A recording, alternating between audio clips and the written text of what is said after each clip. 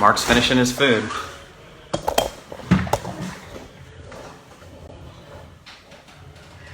Wait, make sure you're in the picture, Marc. Am I? Hope so.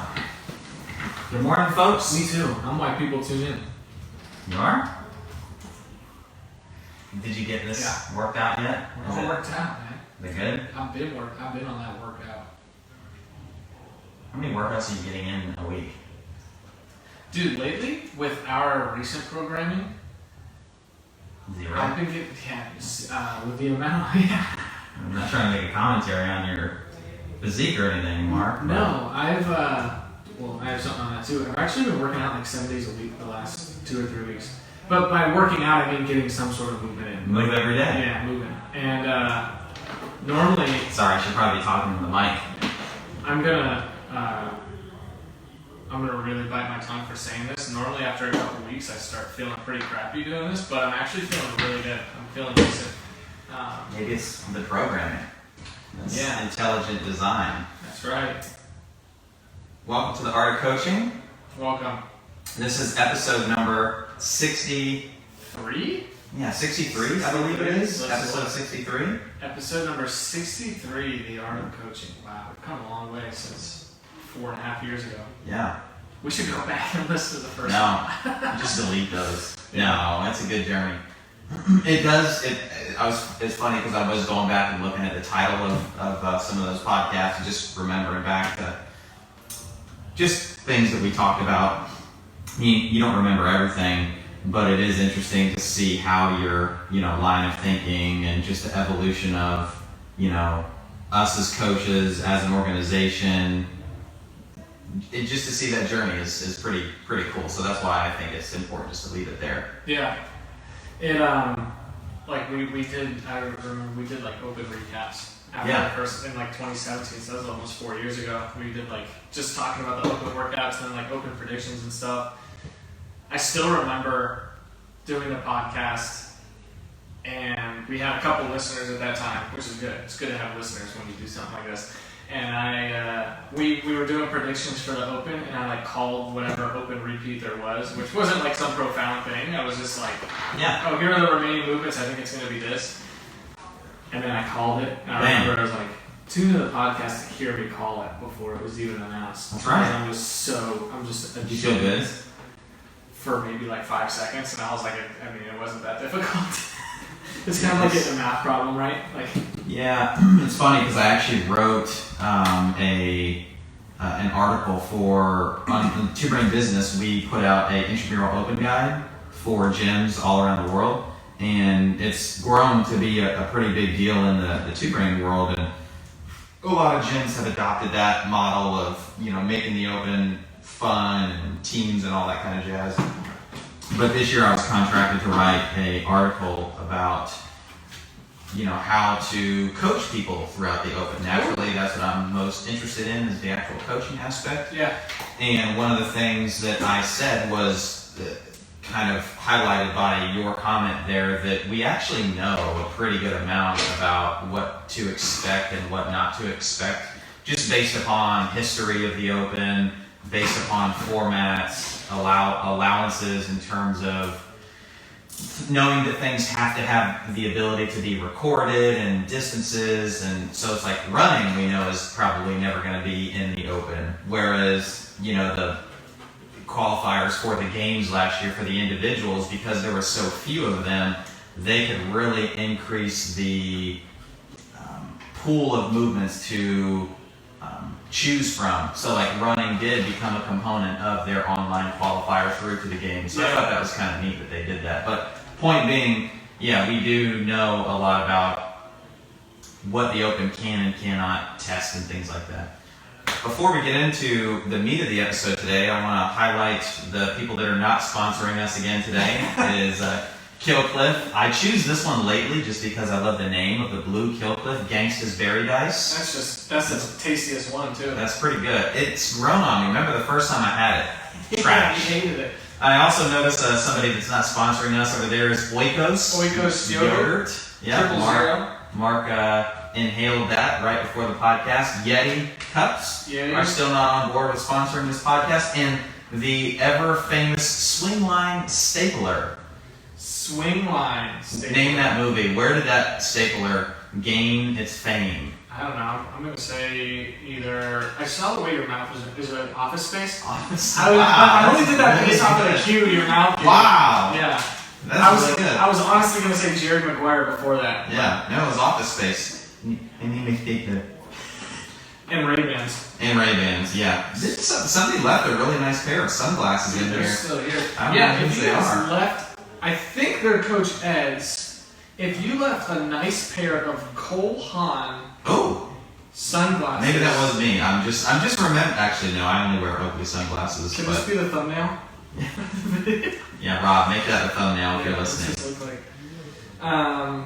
Okay, so episode 63, you said. 63. What are we going to talk about today? We're going to cover, just quick on the listener questions, we're going to talk about exercise being used to manage your stress and if that's a good or not so good idea. And then We're going to make some people angry. they need to manage their stress. And then we'll talk about how to alter or how to create a training plan that carries the goal of performing well in long endurance events. So think half marathon, full marathon, triathlons, things like that, to where it really skews towards the just steady state aerobic, activities. Cool. And I'm sure we'll get into something else, and maybe if we have some live participants that want to post questions. I was talking to Abigail before the podcast, and I said, do you have any questions? And she said, well, what's the theme? I said, well, the theme is health and fitness, and anything coaching related, or just ask it. I don't care.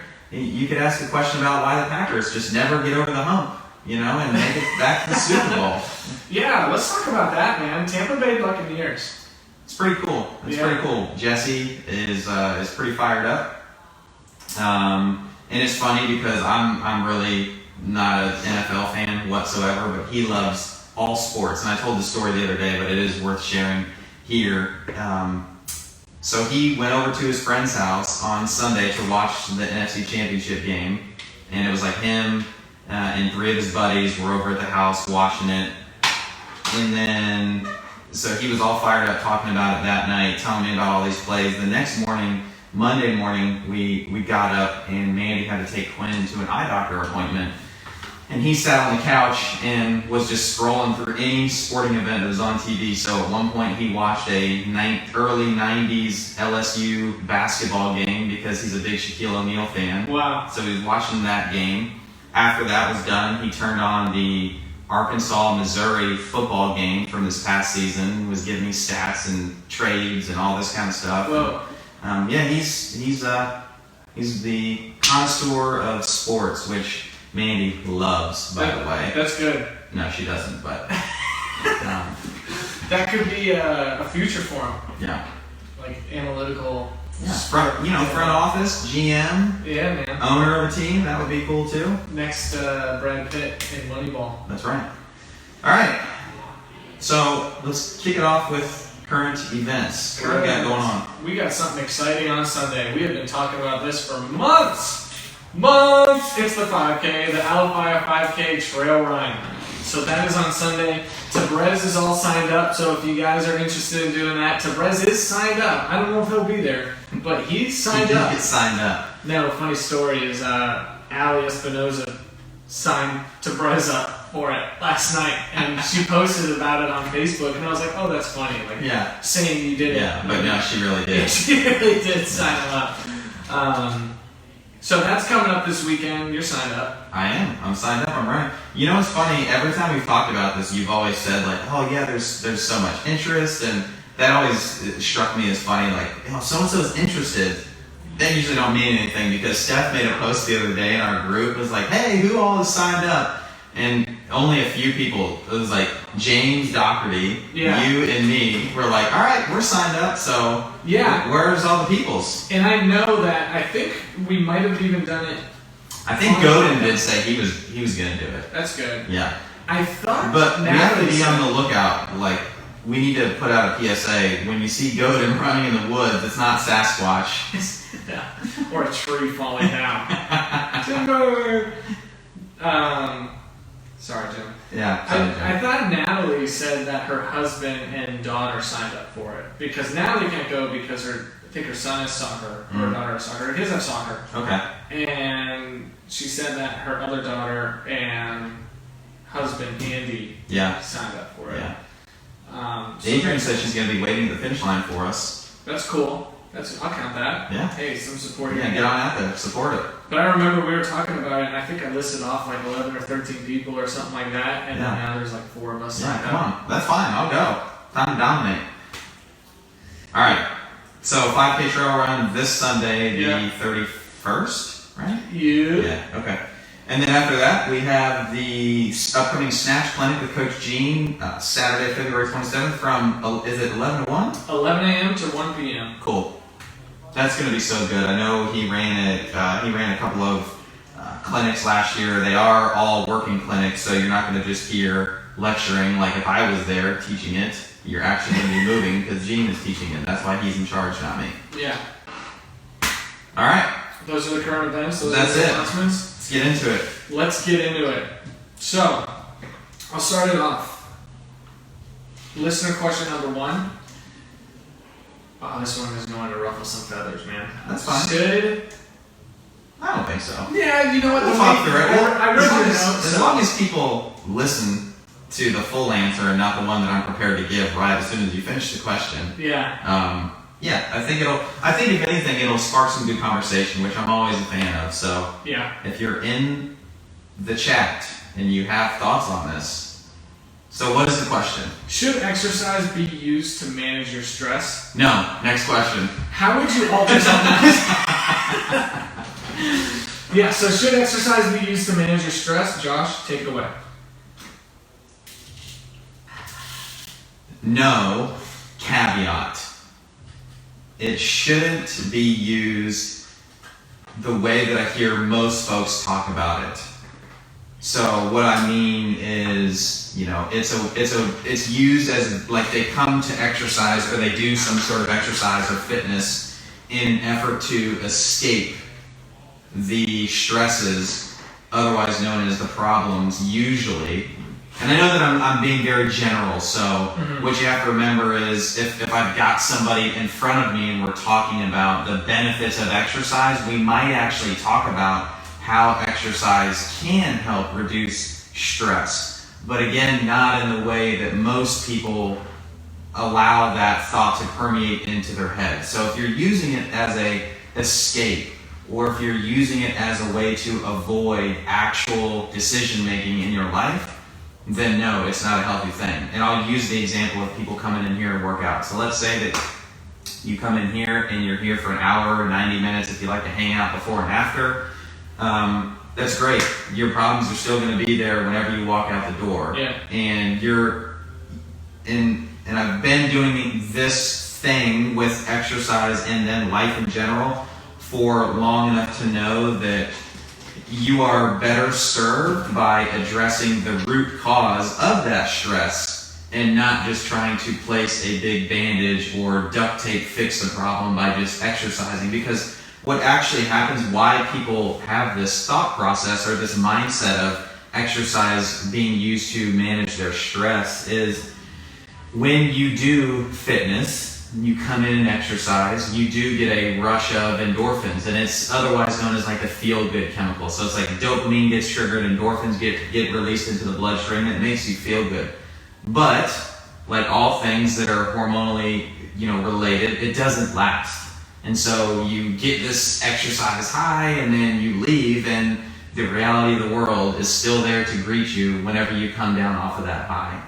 So really, if you walk away, and I wrote some specific notes down because I wanted to say it like this. So you should be using it to hide or escape versus face your stress or problems. But if you walk away from your exercise practice or from doing fitness feeling clear of mind, really decisive and mentally acute to make decisions that will move you in the direction of a better you, therefore a better life, a better lived experience, then that's a good thing. But it can't be used as a band-aid fix to say, okay, I've got this big issue, or I've got these looming decisions, or I've got this big crisis happening. I need to go and work out to get my mind off of it. That's not healthy long term. Right. And I know that a lot of people do that, and I've been coaching in fitness for so long to see that happens. But I know enough to know that that's not a healthy practice to sustain long term. So right now, I meant to talk about this last week, but we didn't. I started reading. I'm about 140 pages into Why Zebras Don't Get Ulcers, which is something I've been really looking forward to reading. And I've told you already that it is so dense, like so information dense. Yeah. And like 10 pages of reading, you're going to get so much like information and learn so much. And so I try to keep it at that a day. And so it's all about stress, right? Yep. The book is all about stress and what it does to your body and the physiological reactions that are happening in your body. And a lot of it talks about psychological stress, but it sticks with the theme of the title about zebras and relates the stress that humans feel to and their stress response to the stress response that zebras or lions feel when they are out in the wild, whether they're the predator or the prey. Right. Whether they're in literally fight or flight, if they're the lion or the zebra, respectively. And I think what has to be remembered is that, like you said, the stress is still going to be there when you're gone or when you're done exercising. But exercise itself, I did it again where you type something out. No, that's fine. Go ahead. But exercise is stress itself. Exactly. So Yes. It's like you could come in and if you're feeling stressed out, distract your mind and get a decent workout in, which, let's be real, if you're under enough stress that you're using exercise to distract yourself, there are some things going on physiologically that's going to impact the quality of your workout. Yep. And so I'm trying not to read your notes, so if you type No, go ahead, man. Go ahead. That's going to impact your workout. And then if your workout is, quote, suboptimal, that could stress you out even more. That's a really great point. Yeah, so taking a look at say I'm super stressed out and I'm just super high anxiety, super high stress one day, and I come in to work out and I'm like, I'm just going to go get a great workout. And because I'm distracted, because I'm not feeling good, because my body is in the middle of a stress response, it's preoccupied doing something else, Yep. and I get a suboptimal workout, I'm going to be ticked off, I'm going to be irritated and now stressed out about that, and it's just going to have this compounding effect that's going to stress me out more. Yeah, it becomes a reinforcing feedback loop. Exactly, yeah.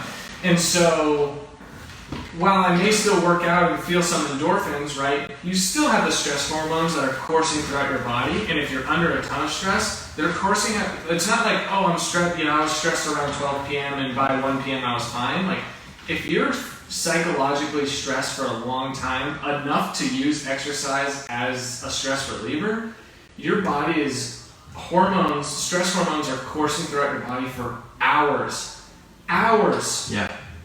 Yeah. And that's when you're done stressing. So if you're still stressed afterwards, those hormones are still in your body. Right. So that's something to keep in mind when you are using exercise. And as Josh said, if you walk away from exercise feeling like more acute or feeling like a clearer headspace, that's awesome. That's probably going to benefit you.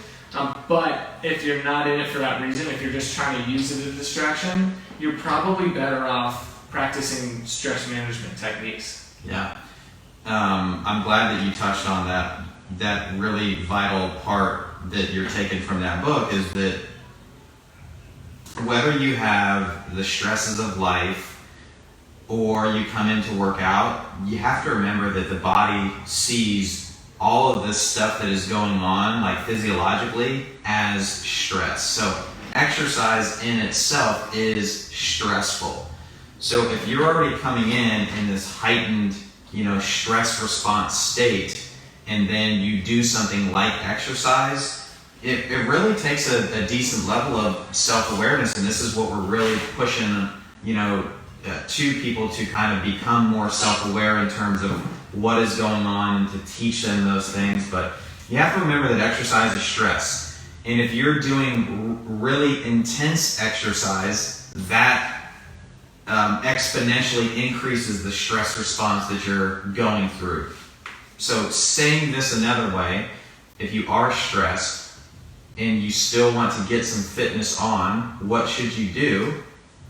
Come in and do some low intensity type work to where when the clock, strikes 20 minutes or for however long it was, it's like, okay, well, that was great. I feel good. And you can actually grab your water bottle and your bag, you clean up your station, and you can walk out upright having a coherent conversation. Yeah. So that's a good litmus test on what is the best thing that you can do if you are in that headspace where, I remember this thing a couple of years ago that was out there in the world. It was like exercise is medicine.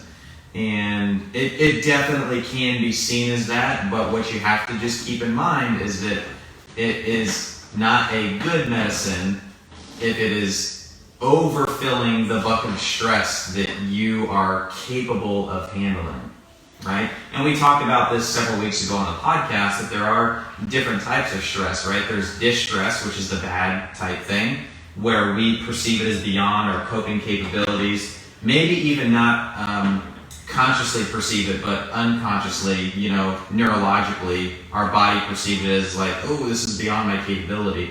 And then there's also eustress, which is the good thing. Like Scott, the PT here, just got married. Yeah. That's stressful, but in a good way when you're standing there on the altar waiting for your bride, right? So there's those things to consider, but the bucket analogy just kind of hit me, and I was looking at your cup. I mean, if you imagine, everyone has a bucket, so metaphorically, of stressful things that go on in their life. So let's just put, your job. Okay, that fills the bucket to a certain extent. If you have kids, that fills the bucket to a certain extent. If you have to drive to work every day, if you are dealing with spousal issues, like all these things, just continue to trickle into that bucket of stress in your life. So if you have that bucket filled almost to the top, your role, your fitness's role in terms of fitting into that bucket is such that it does not cause it to spill over to where you're pursuing this fitness thing, but in doing so, you're neglecting all the other things that need to be addressed to help you manage that stress. Yeah. So if you've just got a teeny tiny bit of room at the top for stress because of fitness or exercise, you just got to make sure that you don't overdo it. But again, my original remark holds true in the general sense that you should not be using it to manage your stress in the way that it's a duct tape solution to avoid the real nitty gritty, the issues of life. Because this goes back to what we talked about last week. Remember why you're here. You're not here to be a better fitnesser or an exerciser. If you're here to be a better mom or dad or executive or whatever it is, keep the main thing. Yeah. And remember that. I really liked what you said about how exercise is medicine, yes, but too much of it could be detrimental and almost counterintuitive, because think of a typical medicine, like antibiotics, right? So if you have some sort of infection or something's wrong with you, antibiotics are good for you. Yeah. Right? So the infection in this case we'll just call and this is again being extreme, but heart disease, obesity, stuff like that. Exercise is going to be good for you. But as soon as that stuff goes away and you start thinking, okay, I don't have this infection anymore, but I got a zit, I'm going to pump myself full of these antibiotics. Right? It's yes, that's medicine, but for the wrong thing. Yeah. It's almost too much. Yeah, it's if you tweak your knee or your back or anything, let me take some ibuprofen. There's a certain amount that you can take until you take too much and destroy your liver. Yeah. And so in the medical community and even in the exercise physiology community, one of the more technical terms with regards to the stimulus that you get from exercise is called the dose response. So the dose of exercise that you get versus what I get is going to elicit different responses. Yeah. And then this is where, and we're not going to go down this rabbit hole, I don't think, but this is where the same workout given to 15 different people doesn't work because the dose response is dependent upon so many other things. All 15 people may have the exact same goal, but based on biological age, training age, experience, lifestyle factors, all of these things, that has to go into the plan that this particular person should be following to get what is right for them. So, what would you say to somebody that, because this has happened to me in an initial consultation before, is I asked somebody, so why do you work out? Why do you exercise? Why are you coming in here? What are your goals? And this person said to me, stress relief. Yeah. What do you say? I would say, well, give me some more information. What are those stressors that you need relief from? Okay. Work. I travel a lot for work. So I don't spend a lot of time at home, so I can't really see my family all that much. Yeah. So that kind of weighs on me. Yeah, so I would say, okay, well, what is it? Is it the traveling that is stressful on your body, or is it the not getting time with your family that is stressful on you? And inevitably, I'm just making an assumption, right? We can go down this road. It's like, well, it's really that the travel, removes my ability to spend as much time with my family that I would want. And so this is probably going to be an unpopular answer, but I would say, okay, so do you think that investing, 3 to 5 hours a week coming in here and being away from your family even more is going to reduce that stress in your life? And I can tell you from experience, no, that's going to add to it. Yeah. Because there will come a friction point, and we've all seen it, and anyone listening has probably had this happen. If you have a spouse or a significant other, it's like, you're going to the gym again? You just went yesterday. Right. Or there's some sort of tension, right? So if you're already stressed out, because you're unable to spend time with your family, I'm going to have a very, real conversation to say, okay, then let's think through what resources you have, and really what we can do to help you manage that stress, right? And maybe we could, and this is just a super simple example, maybe we could get a 2-for-1, 3 days a week. How about you get your family together and just go for a walk around the neighborhood for 30 minutes? You're getting a little bit of movement because it's healthy to move, and you're actually getting the time, and space to spend with your family in a present sense. Right. Interesting. And also, this just occurred to me, if you are working out early in the morning, like say you're at 5:30 a.m., yeah. And say you're so stressed you can't sleep, I'm just gonna go work out. Now you don't have to sleep. Right, you're stressing, so you're going to lose your appetite, right? So now you're not eating. Your movement's going to be off. We already talked about that. Stress management obviously isn't there because of all the other choices that are being made. Yeah. I'm just assuming at this point. So when we go back to the SEM model that you and I always talk about is sleep, eat, move, manage, SEMM, everything's out of whack. Right. And it's because of stress. Yeah. So that's the interesting part about all of this is there's no one right answer. And the beautiful part of that SEM model is that they all inform and influence the other. Now, that's the job of a coach, is to help, walk alongside of you to show you how all these things are interconnected and work together. But at a certain point, hopefully we've taught you enough that you can, again, I always think of the Terminator, Skynet becomes self-aware on this day or whatever, every time I say self-aware, but really it does necessitate you learning such that you are aware of what is actually going on, internally. Yeah. Right? And so you can make that educated, decision to say, man, I haven't been sleeping, I'm going to get up, and maybe you do go and work out, but you go in and it's like, I'm just going to move. The goal is literally just to move blood. Get on the bike, ride for a little bit, do some ring rows, do some planking. You should leave feeling such that your head is clear. And the problem with so much intense exercise, I've done, decades of high intense work to know that when you leave, your head's foggy. Yeah. Like I remember days, this is back when I had a motorcycle and I would get done with intense work and it was like I had to wait like 30 to 60 minutes before I felt competent to drive my motorcycle home, and I lived like 5 minutes from the gym at the time. Yeah. Like that's an issue, right? And I know that seems like, oh, well, you get used to it. No, you don't. Like you're learning to survive, and that's actually not what we're here to do. Learn to thrive. There you go. Post-workout brain is what I like to call it. Yeah.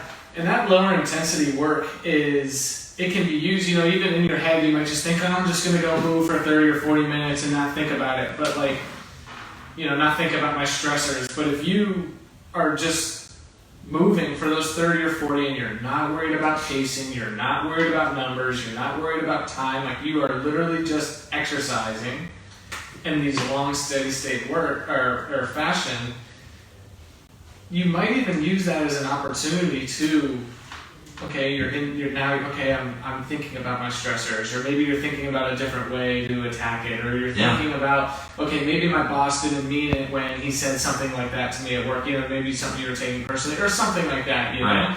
And so it's almost like you get into a flow state. That's exactly what I was just thinking. You get into a flow state as you would, like I bet we've all had some sort of flow state event in the shower, right? Where you have your shower thought and you're in it. But it's also like, that's why, when you can turn the brain off and just use that for the day, you might even find the benefit there. But you don't have, you should not focus on, if you're that stressed, you should not focus on, like I said, pacing or rounds and reps or times or whatever it may be. You should be there because you know it's good for you, and just to, like we said, clear your head, get more acute. Yeah, and I don't want to spoil the end of the book that you're reading right now, but when you get to the end, he does cover a chapter of, so we need to manage our stress better. How do you do that? And one of the primary ways that he talks about is exercise, right? I'm not surprised. But he talks about it through the lens that we just did, and the best types of exercise for that are, guess what we've been talking about for so long, and we've been doing a lot of lately, is low intensity, steady state, aerobic, lean workouts, and resistance training, like strength training. Great, check those two boxes and you're well on your way. Bam. Sweet. I hope this resonated with some people. I know I'm somebody that even in the face of stress, I'm like, I gotta get my workout in. I gotta get my workout in. And so I think it can even help people to where even if you have a workout plan for that day, you're like, I'm just gonna move, I'm gonna go for a walk or a bike ride, and that's my movement. So I really hope that what we were saying was resonating with people and you feel a little bit more comfortable in your choices regarding stress and exercise. Yep, that was a good one. Thank you. Okay, so number 2, let's see the time we're at, make sure I take my notes. This next one's a good one, because we actually started answering it before we started recording, but we had to stop ourselves. Yeah. So, how would you alter someone's training plan if they carried the goal of performing well in a long endurance event? So, how would you help develop a plan for somebody that wants to run a marathon, run a half marathon, do a triathlon, swim from Cuba to Florida? Like, whoa. Yeah, like how would you alter their training plan? So we have the end point in mind. It's a very clear goal. Now, of course, I would want to know, like, how far away is this endurance event? Is it 6 weeks, 6 days, 6 months, 6 years? Like, what's the time frame that we have to work with? Because that's going to play really heavily into what has to happen first, which is you sit down with your coach, you tell them what your goal is, and then, like with any goal that somebody has, whether it's saving a certain amount of money, getting a new car, if it's when I'm going to graduate, all these things, you need to know when you're planning to do the thing, but you first need to know where are you starting from.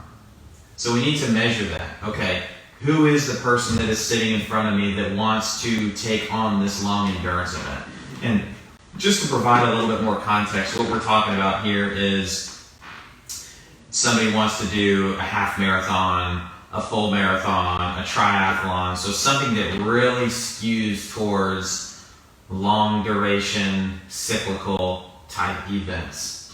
So we're looking at an hour plus of steady state movement, right? Yeah. Okay, so number one, I want to sit down and have a consultation and figure out, where are you today? And after the consultation, in that, let me back up a little bit. In that consultation, we're asking things to figure out, how old are you? What is your training experience? Have you ever done something like this before? What have you done in preparation for something like this before that has worked and that hasn't worked? What are some other goals that you have set that show signs of coming true? Because then we're looking at, do they have I hesitate to use this because it sounds like I'm seeing that they're tough, and it's not about that, but like, do you have grit, the stick-with-itness? Yeah. So if you come up with a plan, are you somebody that is going to stick with it, execute on it, such that you respect the process and the outcome takes care of itself? So we're trying to figure out those things. So who is the person that is sitting in front of me? What experience do they have? What resources are they going to have people supporting them? And then I'm actually going to do an assessment on them. How do they move?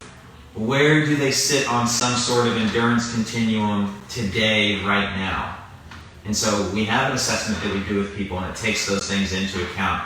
We do want to know what their body composition is, because that also plays a role in something I know we're going to touch on here in a very short minute, is what kind of stress is the body about to go through in preparation for that. I will say this, that in 100% of cases of people that have a goal like this, guess what? They're going to be on their own individual design plan. Like that's the answer in the shortest form. It's going to be a plan that is right for them, that meets them where they are, their current capabilities, with a plan that is well thought out to get them where they want to go. And I'll make sure that I mention this too, that if somebody has little to no experience, that I don't want to say that doesn't move well, but doesn't have the movement capacity to do it in the short time frame that maybe they want to do it in 6 months or even a year, I'm going to have to be okay with saying, okay, that is not doable, that expectation that you have. And what I would do is paint the picture of the price that they would have to pay, likely from a time demand and a sustained injury standpoint, in order to meet that expectation of a goal that they have, because they are actually not capable of doing it. So, what do we mean with all this? So think about this. If somebody wants to run, I think this was a calculation for like a 4-hour marathon. So say somebody wants to run a marathon and they know it's going to take them at least 4 hours. So we're just going to benchmark it there, which is pretty darn good. Okay? I mean, we're not talking world class here. We're just talking about somebody that wants to do it and they want to run the whole time. 1 hour, 59 minutes. Yeah, 1 hour, 59 minutes. No. So let's say they've got a goal of a 4-hour marathon. Okay, so 2 big things to think about, or 3, excuse me.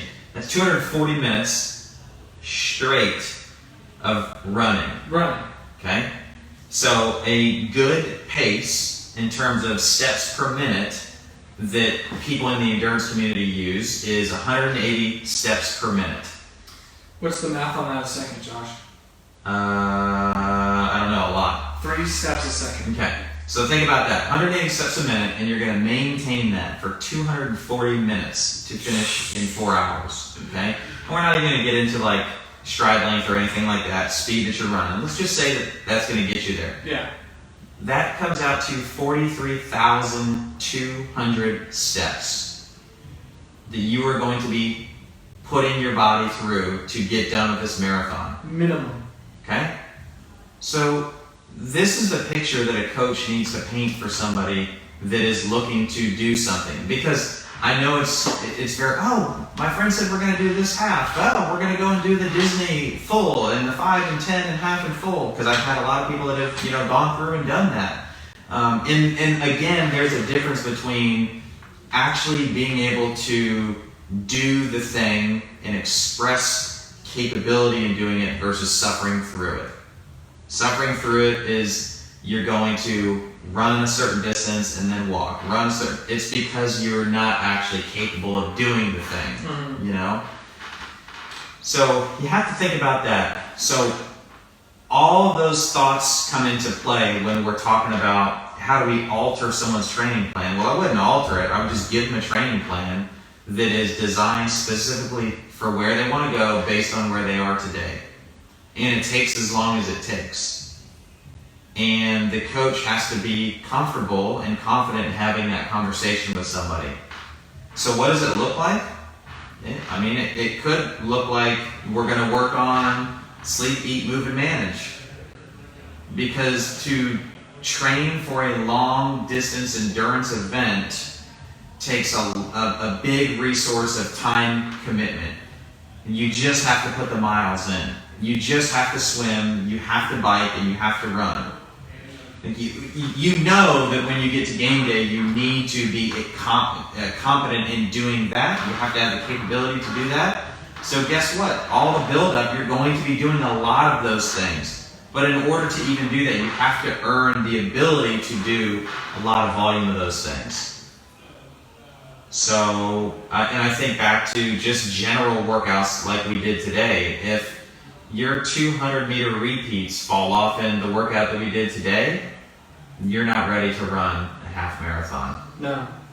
In a long time. You're certainly not ready to tackle a full or even a triathlon, even if it's a sprint distance triathlon, a shorter one. So all those things have to be taken into account. So how do I do it? I sit down, talk, I do an assessment, and I create an individual design plan for that person. And what's funny about this is you can really say this question a different way. How would you create a training plan that carries the goal of X? Right. The answer's going to be the same. Yeah. I'm going to sit down, we're going to have a conversation, we're going to assess and see where they're at, and then we're going to create the plan, the design that is just beyond their capability, such that it challenges them a little bit so that they can recover and adapt. Another word for adapt is grow and get better. Over a long enough time frame, you do those things, guess what? You achieve your goal. When you read or you hear a question like that, are you already thinking of, post consultation, post assessment, what you could be prescribing this person in terms of, okay, like you said, like they need to go long, they're going to go long. Like in their training, they just need to be acclimated to do that. Or are you already thinking of certain things you've done in the past or things that might work well for this person post-assessment to gear them up for this? When I was a newer coach, yes, I would already be thinking 3, 4, 10 steps ahead. Mm-hmm. As I've gotten more and more experience and had more and more conversation and lived more and more life, I do my best to never try to think ahead. I want to be in the moment to make sure that I'm not skipping ahead, because we all have our own biases and perspectives on what we think. And as soon as I start to do that, I'm relinquishing my ability to be a good active listener, and thus I might miss something that could completely change the course of the plan that is the best for them. So, yeah, no, I don't. I try my best not to do that any longer, because I think as a, and I don't know, I could turn the question around on you and ask you what you do, but I remember as a younger, newer coach, you feel pretty good about the things that you know, and so it's like, well, this person wants to lose weight, and you already have like this plan in mind of like what you can be doing with them. Yeah. And literally could have nothing to do with their nutrition or the amount of food or the quality of food that they're eating. It could simply be that you're not taking the time to chew the food that you are eating. It could be great. It could be the perfect amount. But if you are exhibiting a ton of stresses elsewhere in your life that you're not managing, so then you're not sleeping, you have no movement, so lymph and blood flow is like non-existent in the body, but your food plan is perfect, it won't matter in the least. And so if I start thinking ahead when I'm having that conversation with somebody and I miss all the other signs because I'm already thinking 12 steps ahead to an altered food plan, I missed the boat. Well, what about you? What about me? Are you thinking ahead to when somebody is doing this to like, yeah, I'm going to do this, I'm going to do that? Yeah. Yeah, but it's funny that you say that, or you ask that, because and after everything you just said, because I am a newer coach. I've been a coach for 4.5 years. But I still think, here's exactly what this person needs to do, because luckily, I'm learning from you, right? Instead of some other coach that's been in the game for 15, 20 years, I'm learning that, I have a general idea of what this person's going to do, but you can't count your chickens before they hatch, sort of thing. It's like you can't, I'm not going to start designing this person's program until I talk to them, because I might plan, they're going to be going long and they're going to have resistance training that's going to benefit, where, joint health, because their joints need to be, their ankles and knees and hips need to be able to handle all this impact, and that's where my head immediately goes. And they might come in and say, well, no, I'm already running about 30 or 40 miles a week and I'm holding my time. I just don't know, something happens at the 10-mile mark and I don't feel it. It's well, you obviously have the capacity to do it. So it has to be something going on with your sleep, your nutrition, or your stress management, because it sounds like you've got the movement down. Right. Do you have any injuries? No. You're holding your pace? Yeah. So what's going on? Yeah. So what's going on? Yeah.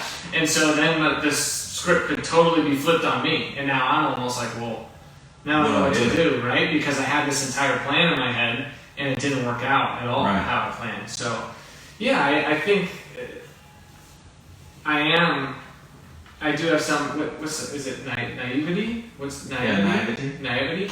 Yeah. I do have some of that when it comes to program design and what I'm expecting. Yeah, and the other thing that I think about too is you're going to create a design, and because I've done this plenty of times where maybe you asked all the right questions and you wrote what 10 other veteran coaches would have written as well, based upon what they saw in the consultation and the assessment, and then they start executing on these things that you're telling them, and the response that you're getting is nothing like you thought would happen, because everybody is different. So the recovery is not there, they're not adapting, perhaps progress regresses. So that first little couple blocks that you are working with somebody, the first, let's just say 8 to 12 weeks, you're really figuring it out in terms of how do they respond to the intervention that we are providing to them. And that's something that's really hard to talk about as a young coach with people that you're working with, to say hey, we're going to try these things out and see how you respond, and it might take a good little bit to make sure that we've got you going down the right path, because translated into the client's mind, what they're hearing is, okay, I'm about to invest potentially 3 months, all this time, all this money into doing this thing, and he's telling me I might go backwards. That's a gamble, right? But the further and further and further that I go down this road of getting experience as a coach, you realize, no, but that's the right thing, because you don't know internally what is going to take place. You hope that your experience has taught you enough, but I know enough to know that there is a lot that I don't know. Right. And that's one of them.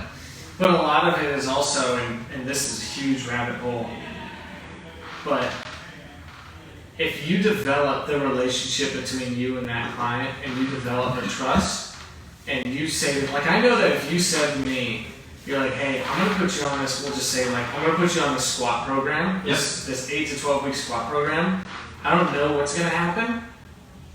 But you're going to test it out, and we're going to see, and we're going to analyze the results. I'd be like, okay, when do we start, on Monday? Yeah. Because you and I have that relationship. Right. We have a good relationship. We have trust that's there. Versus, if somebody you just met, 30 minutes ago, and then they don't pour their heart out. Not that they should, but they're just like, okay, here's my goal, and you're like, well, this might work. Right. They don't want to hear that. It's like, okay, well, here's, develop the relationship, develop the trust. Here's what we've seen in the past. Here's what we've seen with goals similar to yours. Not quite yours, but similar. Like, I won't know until I watch you. Yada, yada, the whole consultation. We don't have to do the hour-long consultation now, but,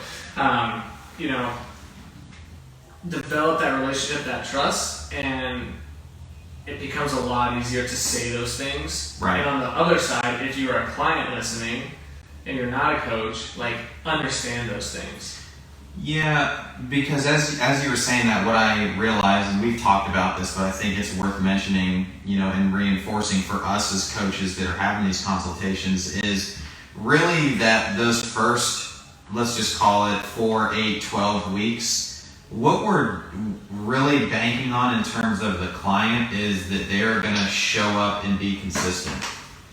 Just be consistent, because the consistency, number one, is going to provide a massive amount of feedback for us so that we can continue to refine your plan over time.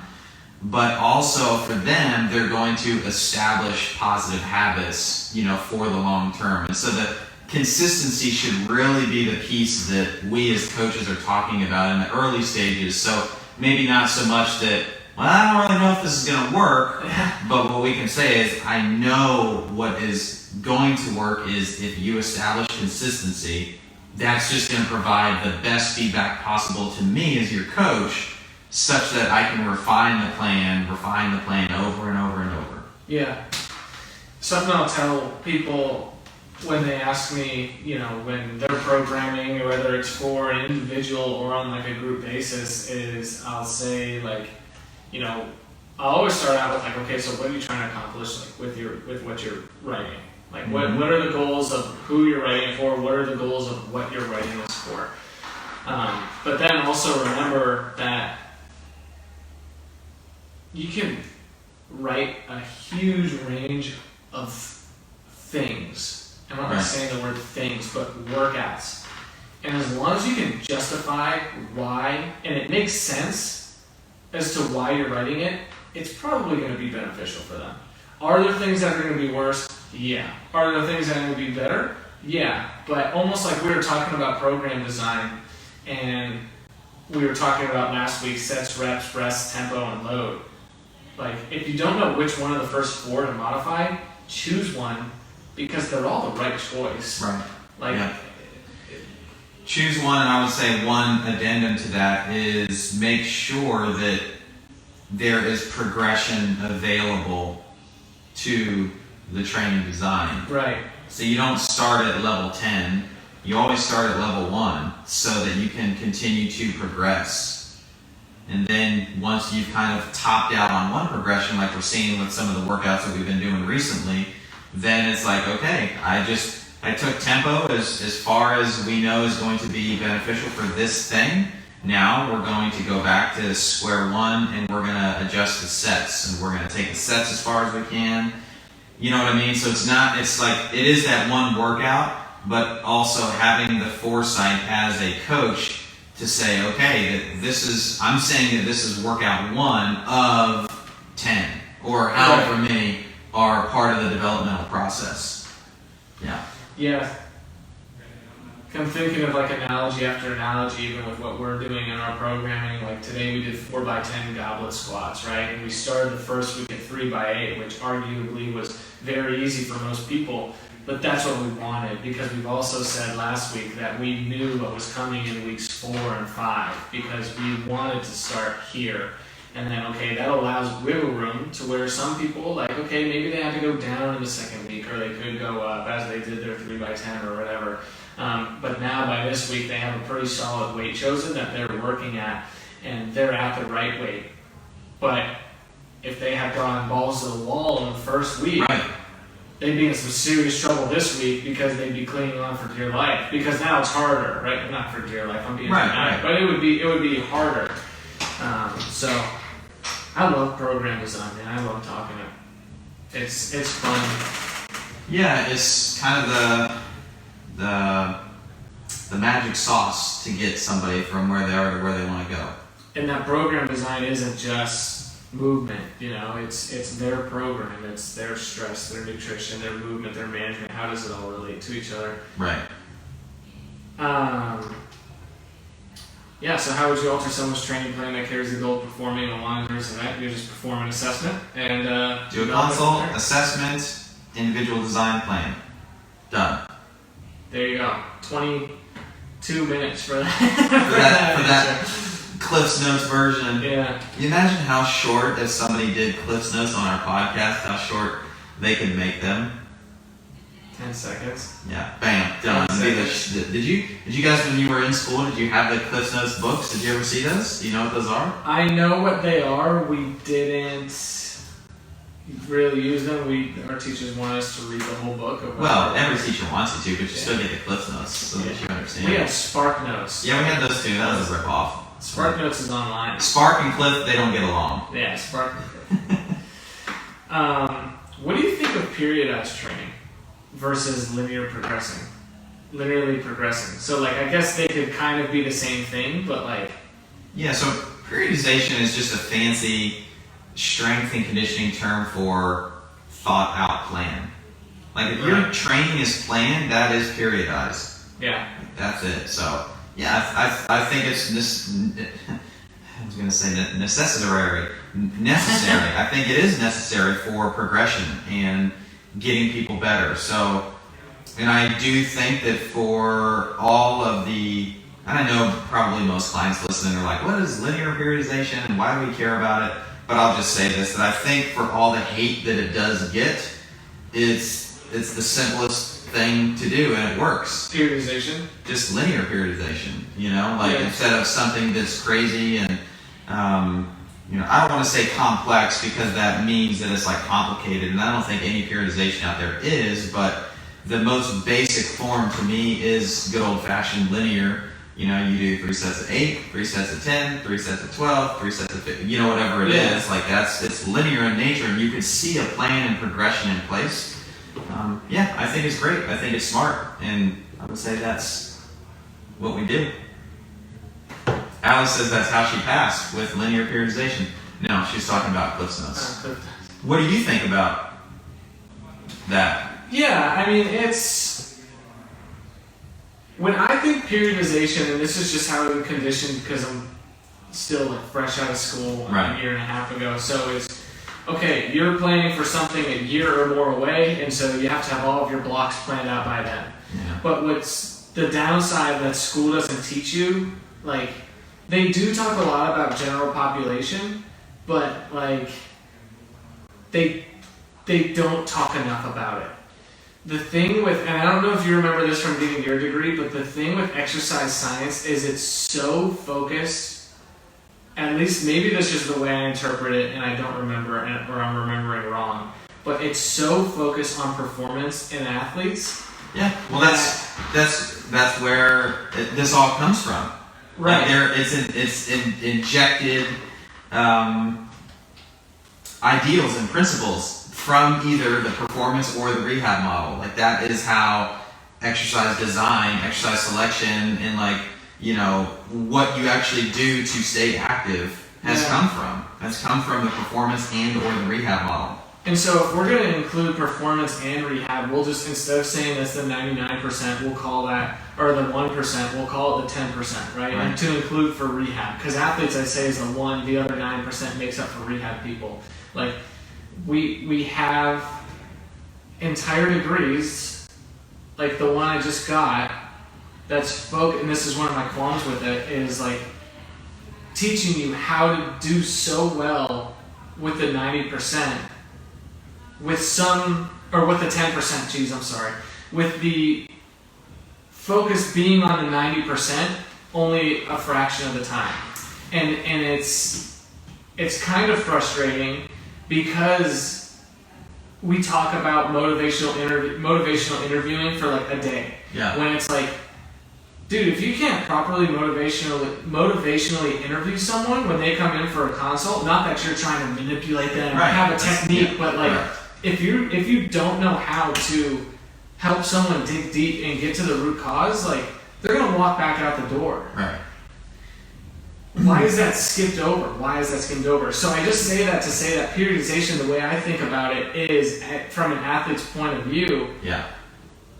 But what about somebody that comes in and says, hey, I have this goal that's 3 months out. What do? It's like, well, you have enough time for one hypertrophy phase, one 12-week hypertrophy or strength or power phase, because that's, and so that's kind of my qualm with it.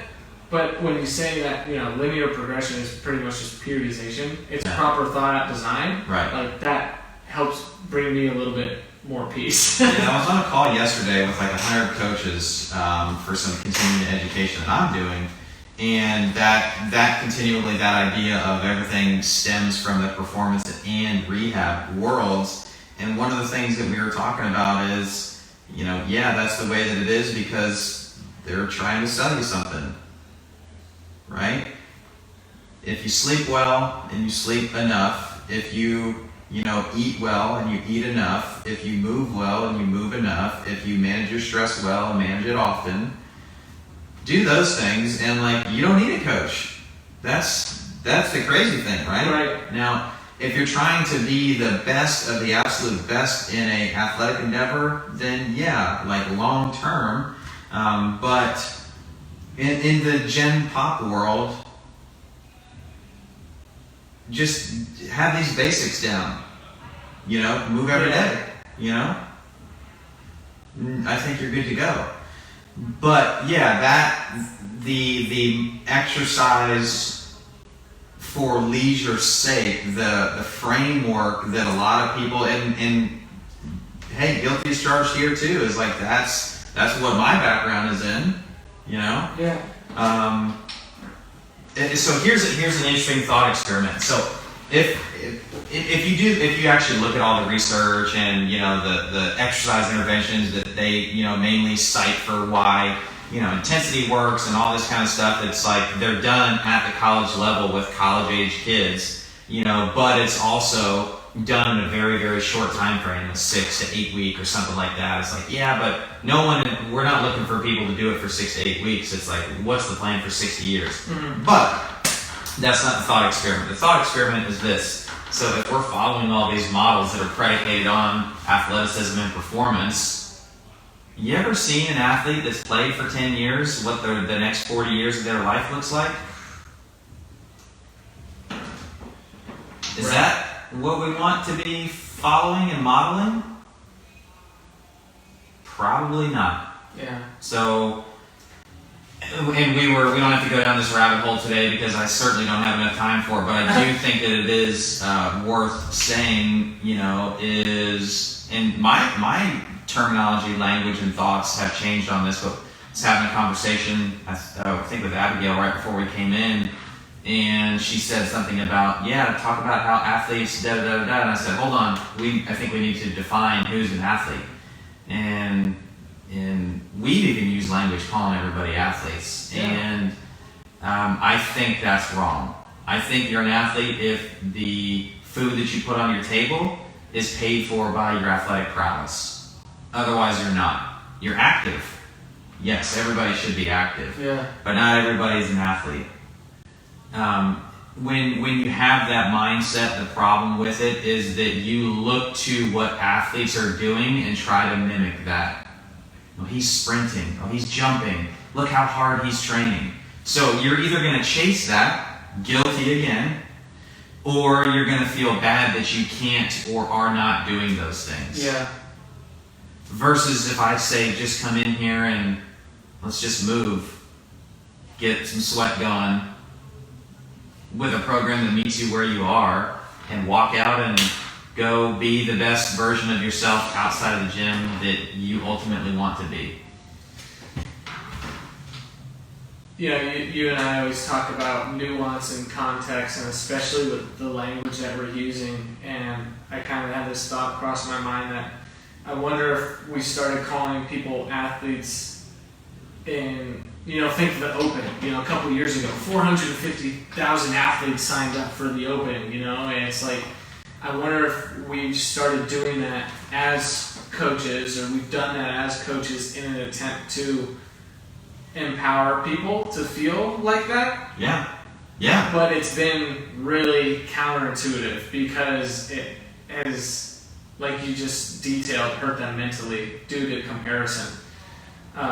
Because, like you said, if you call yourself an athlete, it's like, what's athletic about, your knees and back and wrists and shoulders cracking when you get out of bed or get out of the truck or whatever it is, So what's athletic about that? Yeah, I mean, think about this. The position that we're in right now mimics a position that 99.9% of human beings are in for 8+ hours a day.